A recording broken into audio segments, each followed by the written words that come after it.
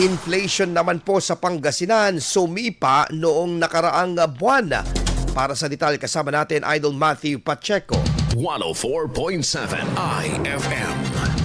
Report!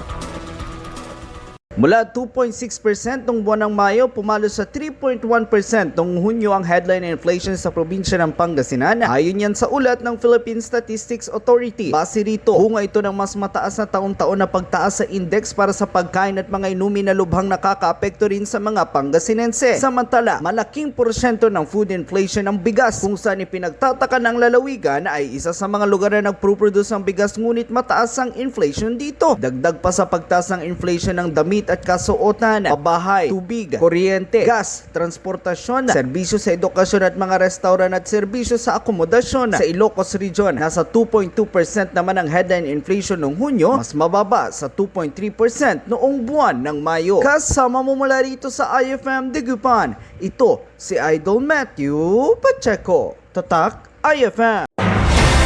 IFM News. IFM News. IFM News.